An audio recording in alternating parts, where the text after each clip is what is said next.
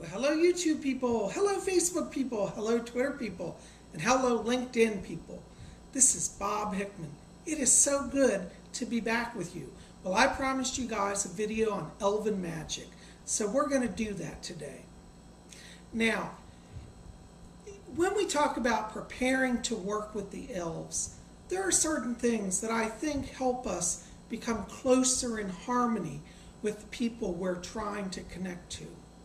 You know, when you do magic, one of the main things is you want to prepare yourself mentally, spiritually, and sometimes even physically to be in harmony with the forces you're trying to work with. For example, the elves have a very great fondness for gemstones, particularly green gemstones. And so I purchased for my elven magic this ring. This is a little emerald ring set in silver. Now it can be in silver or gold, but I got one in silver. And so I'm going to wear this ring to help me enter into my magical state. So I'm going to put this ring on, and I only wear this when I'm doing elven magic. So I've put on my magic ring. Now, the next thing that we want to do is to wear perhaps a sacred pendant. Some people like to wear pentagrams or pentacles or symbols of crescent moons. All of that is wonderful, and you can do that. But I thought for elven magic, I wanted a special necklace that I just wear only for elven magic. So I got the Elven Star. And this is the Elven Star pendant. It's a 7-pointed star. Now I'm going to do another whole video later on next week about the Elven Star. But know for now that I've bought a pendant and I'm going to wear it. Now, you'll notice I'm wearing my pendant and I have my ring on. So as I put these on, I mentally attune myself to the energy of the Elven Kingdom. As I said in my other video, the elves are part of the Fae Kingdom, the Fairy Kingdom. And if you're already working with the Fae, it shouldn't be hard to connect to the elves, for really they're all interconnected ultimately. Now, just a word about metals. It has been traditionally taught that to use iron or steel is toxic for elves and fairies. So, for that reason, all of my jewelry that I'm wearing is pewter or silver. This pendant is pewter and this ring is silver. So I'm not using any steel. For those of you who work with athames, which are the ritual knives, you may want to discard that for these elven rituals or switch to a wooden knife or one made of copper or pewter. But please avoid steel blades or even stainless steel as the metal seems to be toxic to the Fae Kingdom. Okay, well, now we're going to set up our little altar. So come on along. Now, the next thing that you probably want to get for your elven shrine is a picture of an elf. I happen to have a beautiful elf print here. This is an Amy Brown print. Amy Brown is an artist who's very known for her work in drawing the Fae and the elves. And this print is called The Wood Elf. And it's an original by Amy Brown. So as I zoom out, you can kind of get a sense of it here. And I just love her pictures of elves. So I'm going to use this as a representation of the Elven Kingdom. Now, you'll notice next to it, I've put a green candle. And I would encourage you to try to burn green candles because green is the color that is sacred to the Elven Kingdom. Now, the next thing that you want to do is to create a pentacle. Now, in traditional witchcraft, the pentacle is a 5-pointed star that is placed on the altar. But for elven magic, I've made a different type of pentacle. This is the 7-pointed star, like my pendant. And so, if you want to make one, you don't have to spend a lot of money. I just put this on poster board, as it makes a nice base for my altar.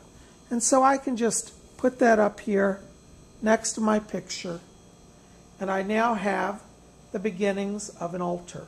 You'll notice there's 7 points, and we'll do another video all about what all that means. But just know for now you probably want to try to use the elven star because that's the symbol that is sacred to the elves. The next thing that you want to add to your altar are more elven symbols. And for those of you who may remember my video on the Nanta bag, I'll put a link below. In witchcraft and in magic, we can do things in miniature. So it has the same effect as a full-size, altar. So what I've decided to do was to get more elven images. And I have here a little tiny figurines of elves. Now these are from Dungeons and Dragons. I don't know if any of you play that game, but this is a wonderful game because you can buy elven figurines. And so I have some elven figurines that I'm going to put around the sacred star. So we'll put one right here. This is a beautiful elf warrior, a lady. And here's another elf. This is one who's wearing the horned headdresses and carrying the crescent and a staff with a crystal. I love these little elf figurines. And so what I'm going to do is I'm going to put them around the star. And as we're placing these little elven figures, we're going to silently within invite the elves to join us in our ritual. And we'll just put them here in a circle. So in a sense, you want to build a circle, a magic circle, as if you were gathering with a coven. And so I have one elf figurine for each point in the star. And so I have them all gathering. Here's a really cool priest wearing a robe with his athame and staff. And they're all here. Once you have your assembled elf figurines, you want to visualize yourself joining in the circle. So as you do this, meditate and see yourself joining in and call to yourself the spirit of the elves. In terms of tools that you want to use, I would recommend using a wand. The elves are very attuned to the woodland, and wands are very much in harmony with elven magic. This happens to be a driftwood wand that I use in ritual, and I love it. So you can see that. So I'm going to place my wand here on the altar. Next, I want to make an offering of water. So you might want to get a chalice. I have a silver chalice here. You don't have to have silver, but it should not be stainless steel. You should have either pewter or copper, silver, or even glass, but avoid anything stainless steel. But as you can see, I'm making an offering now of pure water. So as you offer your water, you say, Elven Kingdom, I bring to you this offering of water. May it refresh you as you come to join me in this ritual. So mote it be. And then put this here in front of your picture and allow yourself a moment. Oops, I knocked my elf over. Not good, don't knock the elves over. Taking your wand, you want to place it and do the sign of the pentagram over the water as a sign of blessing. And you can even lay your hands on the chalice. All the while remembering the elves and giving thanks for their friendship. Now, this ritual should probably be enacted every day for the next 7 days. And the next thing that you want to do is bring an offering to the elves, because they are people who like gifts as well. I know you probably like it when people bring you presents. The elves are very fond of symbols of nature, and they also love gold and silver. Now, you don't have to spend a lot of money to give gifts to the elves. So what I have here is I have an offering bowl, and I've put a beautiful gold pine cone in it. This is actually a glass pine cone done in shimmering. It's frosted with gold leaf and glitter. It's very beautiful, but it's very much something that the elves, I feel, would like. Now remember, when offering gifts, use your intuition. You may get inspired to bring a flower to your altar, or even a few leaves. And the elves like that as well. It doesn't have to be glamorous and expensive, but it should come from the heart. So I'm bringing this symbol of the pine cone, which is a beautiful natural symbol, and I'm offering it to the elves.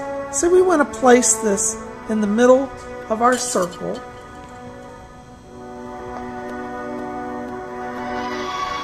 As an offering. And as you offer it, mentally call to the elves and thank them for joining in the circle. Ask them to receive it. Taking your wand, again, trace the sign of the pentagram as a sign of blessing. And offer your gifts.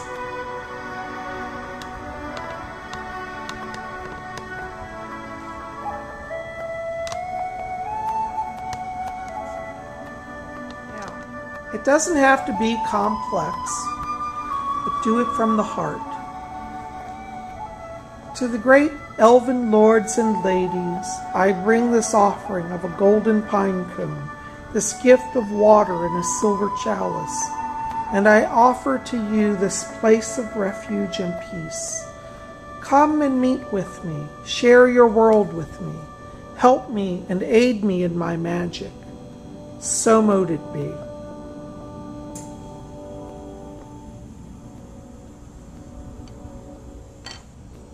So as you can see, to connect with the Elven Kingdom is not so hard. It just takes a little time and a little bit of creativity. If you feel inspired to do your Elven magic in a different way, that's okay too. Remember, do whatever you do it from the heart, and know that you will connect with the Kingdom of the Fae. I'm so glad you guys are here. I hope you'll keep it here at Spirit Channel. We're going to have more videos, and in the coming days I'm going to do a whole video about the meaning of the Elven Star and what all that means in terms of magic. But I'm so glad you guys are here. Keep it here at Spirit Channel. Blessings to you all.